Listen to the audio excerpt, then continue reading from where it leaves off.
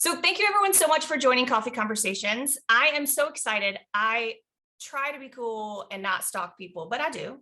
And I especially stalk really cool women doing great stuff in our city. So today is no exception. Today is Molly Jeffers. She's the co-founder of GANGGANG. They have a brand new office. She's going to tell you about that, I hope. She is former vice president of marketing. I got to read because I'm going to mess it up. Of Ambrose, right? She did Plan 2020. She was with Love Indy. She is a board member of Big Car, Indy Urban League, CICF Artist Board, Newfields Board of Governors, all the things. But what's super cool is she's also one of the founders of Butter, a fine art fair. And I just cannot wait for you to tell us what is coming down the pipe for this year, what's going on, what you've been up to. Because everyone, I'm going to link to her IG because it's so good. So Molly, thank you so much for joining. Thank you for having me. Thank you for all of that. Well, tell us, what do you do? What do you do in your words? What do I do? I am managing a startup. I am managing a creative startup that now has a team. And so I'm managing people in an organization that is essentially a creative agency working to activate the creative economy to bring more culture, equity, and beauty to cities. And I'm starting in Indianapolis because it's Indianapolis. I love it and I live it. Yeah. And so, high level. Yeah, I do. So a little bit more about that. And because I hit on Butter and I know we're going to circle back to it, but can you tell everyone, because that might be the first time they actually heard GANGGANG proper. So tell everybody, what is it? Butter, right? Butter. Okay. Yes. Oh my God. Butter is my baby. I love it so much. So GANGGANG launched I answer questions with stories and sometimes it's too much, but GANGGANG launched in November of 2020, right? Like thick of everything. This is 2020. And right away, I was thinking like it would take people a minute to kind of understand this conceptual organization that's like making bold claims about we need reparations in the arts. I thought like it's going to take people a minute, and it didn't. And like right away, people wanted to work with us and the demand was there, and it's only increased, and it's just been like, oh my goodness. And so right away, there were collaborative opportunities to do cool things. 4 months after that, we were creative directors for March Madness, so there's all this stuff going on. And one of the things that was important to us in the beginning was to find a new context in which to exhibit work by Black artists, by Black visual artists, because it's just like in 2020 and in 21, like that was just becoming a thing very quickly, like all these shows and support Black artists, but the context didn't seem like it was doing it justice.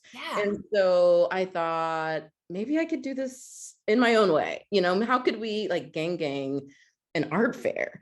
And so Butter was kind of like born in our minds, and it was so refreshing to do something that was not in response or reaction to a partner asking for something, but it was like our thing. And we got to just do our own thing. And so it's our signature event. We had the inaugural one at the Stutz in downtown Indy last year over Labor Day weekend. I had a goal to sell 1,000 tickets, and 3,410 people came, and it was beautiful. We came as a family. The walkers were there, 7-year-old running around. It was awesome. How did you hear about it? Goodness. Well, everywhere. I'm like everywhere. I mean, most of my people, in my circles, whether it's from arts organizations or just people connected in the community or political or all those things, people were talking about it and people were really excited about it. And again, we have some mutual friends that kind of cross over. And so socials are just exploding with things that are coming out and exciting. And we like anything that we can take our child to. It's really great. Like it's important for us, for him. We also knew, Tenoria, they Black Girls Eating was doing, so we wanted to come and support them. They've both been individually on Trace Indy. So we wanted to come and support people that we knew and things that were really cool in our city. So it was awesome. So I'm not going to ask what's next for it yet. We're going to come to that. Okay. I'm so excited. Also, because I want inside scoop too. But during this time, right, you wanted your own signature event. things were going on across the nation. We're in a pandemic. Yes. So people forget we're still in a pandemic. And like, so where have you found I mean, you're in a startup, you're working with arts, right? Where have you found some of that struggle, but where has been that joy for you? Oh, interesting. Yeah. I mean, butter is kind of like right at the balance of both of those questions, right? I mean, the goal of it is to introduce new models of equity into the art industry, right? Like just broadly, but butter specifically is testing out, well, what does it feel like to give artists 100% back of their own profit, like of their artwork, and to raise the value and the worth of it. We're finding artists literally like that are, have an amazing piece and it's displayed like leaning up against their trunk, and it's $250. And suddenly we put it on walls that Lauren at Solid State Midwest built. And, that we've all come together to like present this new context, and suddenly their work sells for 2,500. And so like, there's a tension in pushing new models for anything, but especially in this equity and DEI space that is suddenly like the topic of the world, and super trendy and also super scrutinized, and just everyone is trying to figure it out. And so there's just like inherent tension in there, like it itself, like the confidence to even lead in this moment and with this type of work, I would say is part of the obstacle level, but it's also the joy, and it's also the excitement, and it's also like, why would I do anything else? Like this is like, it's finally like, I mean, it's weird to say like, but it feels like the moment where now I am not just saying all of this stuff like to my city and to the world and hoping it lands somewhere. Now people are like asking me, like, what is that you were saying when you were talking about like culture, diversity 5-10 years ago? And that's great. But it is right there in the middle of like tension and opportunity and all the joy. Oh, I love it so much. So Dr. Kelly Morgan was also on Trace. And so I hope people listen to, her message and the excitement that you have of us moving forward. And it's just so, y'all, Indy's a good place right now. We're going to get there. We're moving forward step by step because of people like Molly. So tell us, share with people you don't know, potentially, tell them, what can they do to show up for Gang, for you, for the city? Ooh, yeah. I'm so like pie in the sky, right? Like like my board would tell me to say like, ask them to donate. We're a nonprofit, a small arts nonprofit, ask them to donate.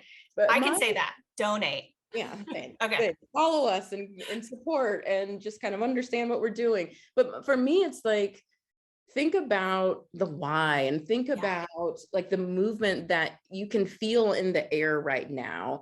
And I had a conversation this morning. I went to the YMCA's breakfast, which is wonderful. And someone asked me what I did. He said, what do you do? And I told him, Gang, and we support artists and we try to find work and we're a liaison. And he said, oh, great. Yeah, I don't understand that world. I don't know. That has nothing to do with me. And I thought, oh gosh, like how and I said, well, look around. Creativity is kind of like everything that designed this room and the table we're sitting at. Like, you actually have a lot to do with it. And so there's this, I don't even remember what question you asked me now, but that's what I want. I want people to understand like the movement and the opportunity that we have right now to progress our city by strategizing around creative culture and how that is like a talent retention and attraction method. And that's what other cities are doing to draw us there. And we have a shot, and we have a kick-ass creative base here, and we need to leverage them. And so, I want people to like get on the train, get on the gang. It's so good. I'm now like, okay, should I quit my job? I'm going to come do that. I don't know what I should do, but I want to do whatever Molly's asking us to do. So how do you do that in real life? Do that? So granted, we can sign up. I'm going to list all the socials.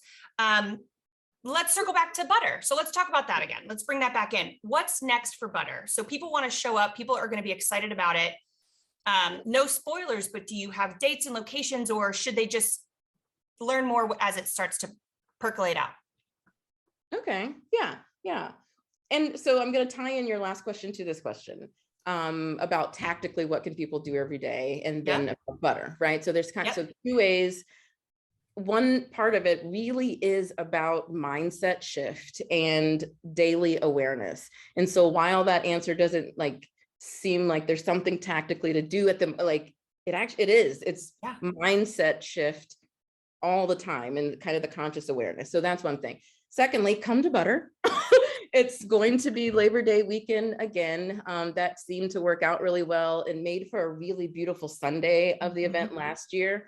And so it's going to be Labor Day weekend again. It's going to be in downtown Indianapolis again. We had a really great relationship with the Stutz last year, and are excited to go back to downtown Indianapolis. So please mark calendars for Labor Day weekend.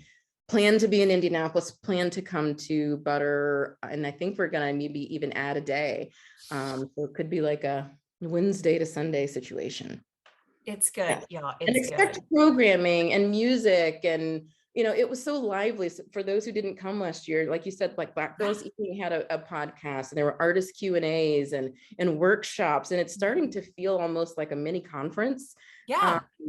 Which is really interesting. Yeah. But so this year's theme, though, which I haven't talked about, is a little more playful. And like in my mind, I see gumballs and like color and fun things. So we're going fun this year.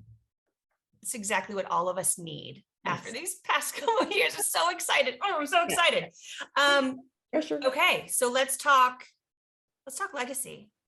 Molly Okay. Jeffers, how are you going to leave your trace?